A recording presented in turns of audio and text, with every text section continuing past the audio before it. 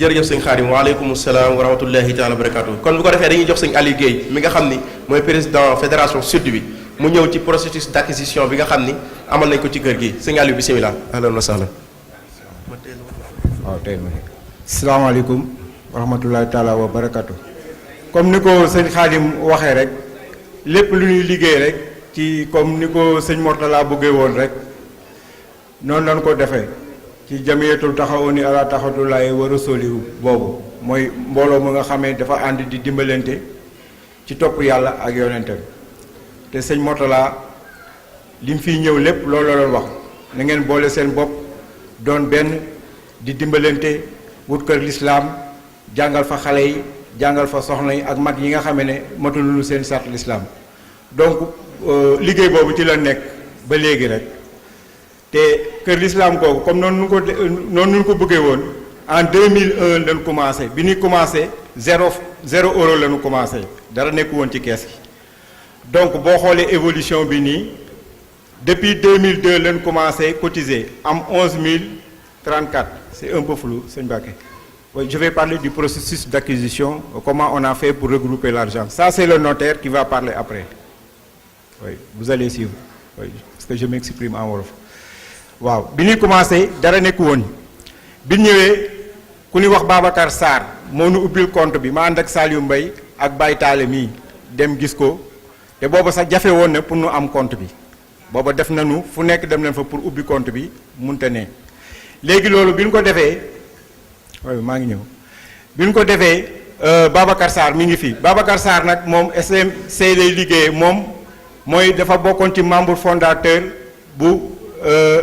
daayira Montpellier bi nga xam ne en 1985 lañ ko fondé moo bokkoon ci moo ko ay Souleymane Diouf ak ñooñu moom moo nu ubbil compte bi fii ci Marseille nu commencé nag di cotiser bi ñu cotiser nag nii lañ commencé 11 034 la ñu am da gis nga évolution bi muy dem ba 325 000 léegi bi loolu amee kër gi dañoo dikk kër gi bi ñu ñëwee ñoo ngi ko jëndee 475 000 euros léegi kër doo ñëw rek day am compromis boo amee compromis am na benn somme booy versé te bi ñu demee ba versé 5% de la somme même sëñ Mbàkke mën nga ma afficher le kii bi 5% waaw bi ñu versé somme bi mooy 24 250 mooy 5% bi compromis bi ñu ko signé amoon na loo xam ne lu ñu war a def mooy bi ñu signé compromis bi ba pare amoon na parce que fii ab restaurant la woon donc dañoo waroon def affectation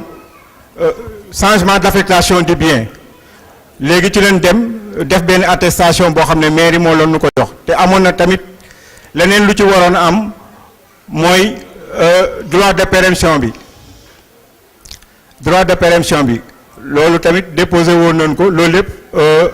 jàll na kii mooy compromis bi nga xam ne moom la ñu signé ak notaire bi en versant les 5% de la somme damay wax tout français pour que le notaire puisse comprendre donc c'est ça compromis bi mën nga koo génnee fii Athias mi nga xamee mooy propriétaire bi moo signé ak man sama signataire mi ngi noonu Aliou Guèye gis nga AG bi ak mooy samay initial ak Athias ak le notaire defe naa fii leer na waaw loolu mooy document bi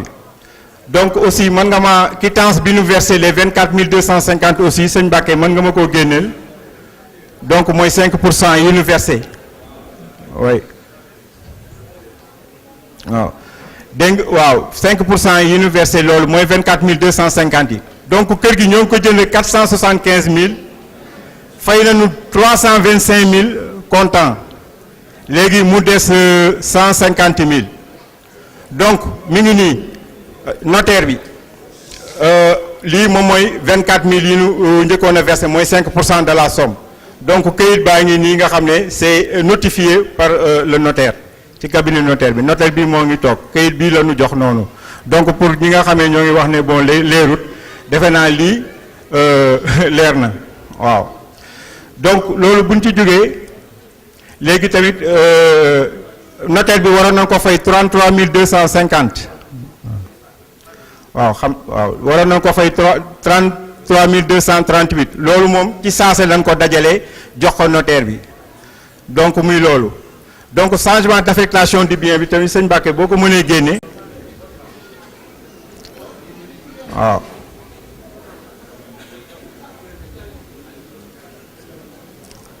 waaw mais il faut me détailler quoi, il veut que je détaille, il faut que je détaille ouais. waaw d'accord donc loolu la léegi bu may récapituler waat 475 000 la woon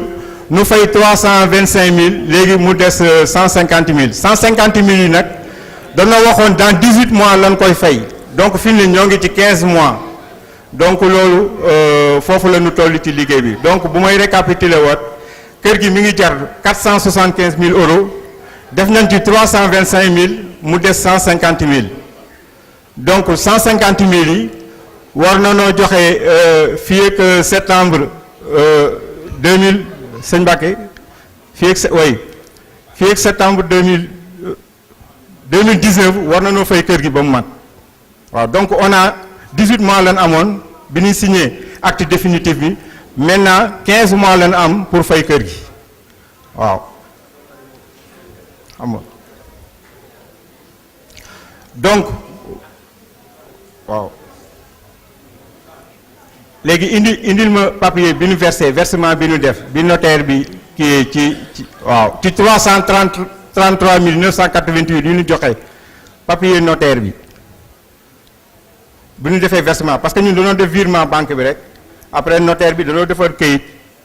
waaw très bien beneen bi waaw mi ngi nii 330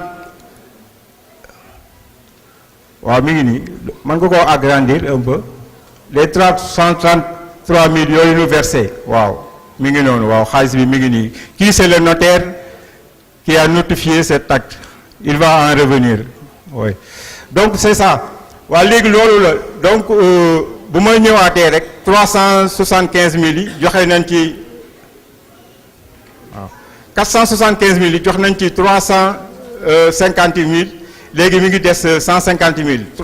la ñu war a verser léegi en 15 mois parce que 18 mois la woon mais léegi loolu jàll na fi mu ne 3 mois jàll na ci donc bi ñu paree loolu jox nañu acte authentique bi jox nañu c'est-à-dire benn copie la ñu jox parce que loolu booy xool procédure yi il faut pour visa par service hypothèque bi en cours bi kooku délai de 5 mois la xam naa ne kii bi notaire bi dana ci ñëwaat mais jox nañu benn papier boo xam ne 89 pages la donc muy acte authentique bi bu kër gi kooku nag 89 pages defe naa nekkut a def ci seen WhatsApp yooyu daal waaw mais sëñ Mbacké kooku tamit mën nga ko wane comme que ñun dañ loonu liggéeyal rek te lii xaalisu mbooloo la te comme sëñ Cheikh Mbacké rek loolu wax del laaj lu nu mën a joxe te fi nga koy def nu xam ko donc je crois que li ngeen loonu jox lépp mi ngi nii waaw defe naa xam naa ne lii waaw mi ngi nii léegi lii moom la ñu signé aussi ci maître Gazey waaw signature yaa ngi nii sama kaw man en tant que représentant de la fédération maa signé ci kaw monsieur Athias borom kër gi signé ci fii après tamit notaire bi signé nii lii daal moom mooy acte définitif bi nga xam ne mooy papier bi ñu jox fii ak 5 mois nag ñu jox nu copie définitive bi waaw loolu daal defe naa leer na bu fekkee ne tamit amul lu ci leerul mbooloo mi ku ci bëgg a poser question tamit ñu leeralal la ko rek ba lépp di leer ku ci bëgg tamit nu wan la kayit yi tamit ñu ñëwaat ci wanaan la ci waaw fii nag dama fiy ñëw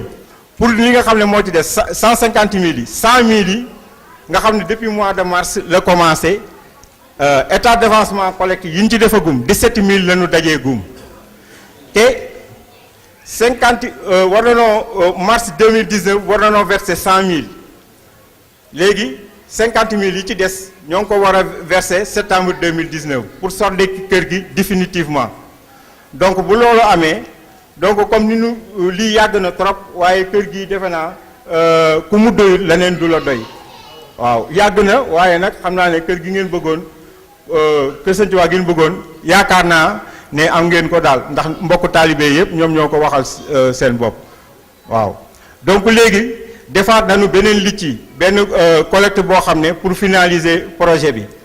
léegi sëñ Mbacké mën nga koo génne koo xam ne bëgg nga cee barkeelu waat tamit rek par kii am na benn lien boo xam ne boo ko bësee rek lici bi mën nga cee barkeelu waaw loolu daal fi leen yem ci liggéey bi bu may récapituler waat pour gën a leeral mooy kër gi 475 000 la jar joxe nañu 350 000 yi mu des 150 000 yi 150 000 yi au mois de mars war na noo fay 2019 war na noo joxe 100 000 yi ak septembre 2019 yi war na noo solde loolu donc fii ak 15 mois fi mu ne war na noo solde 150 000 yi te fi mu ne kees gi 17 000 rek moom moo ci nekkagul kon nag comme ni ñu ko defee woon rek comme ñun ñëpp a ko bokk ñoo ngi lancé waat appel mbokku taalibe yëpp di ñaan tamit sëriñ bi jàppale lu ci waaw soññee waanu mbokku taalibe yi ak noonu loolu nga xam ne suñu magu taalibe yi nga xam ne bàyyi taala nga xam ne ñëpp fi la ko fekk te comme li ci sëriñ bi di wax rek bu loon retraité di am ci liggéeyal murit moom mu retraité te toujours mi ngi def loxo saayam di ànd ak ñoom di liggéey ak mag ñi nga xamee ne tamit ñoo ngi fi woon te nekkulu tunu fi ñoo ñëpp ñoo ngi leen di gërëm di leen sant ni ñu ànd ak moom rafet na lool waaw léegi xam naa ne fii laa yem sëñ Mbacke bu fekkee ne awma lu ma ci ajouté te bu fekkee ne tamit xam naa ne lëndëm na ci man la lëndëmee waaye defe naa suñu document yeeg yooyu yëpp leer na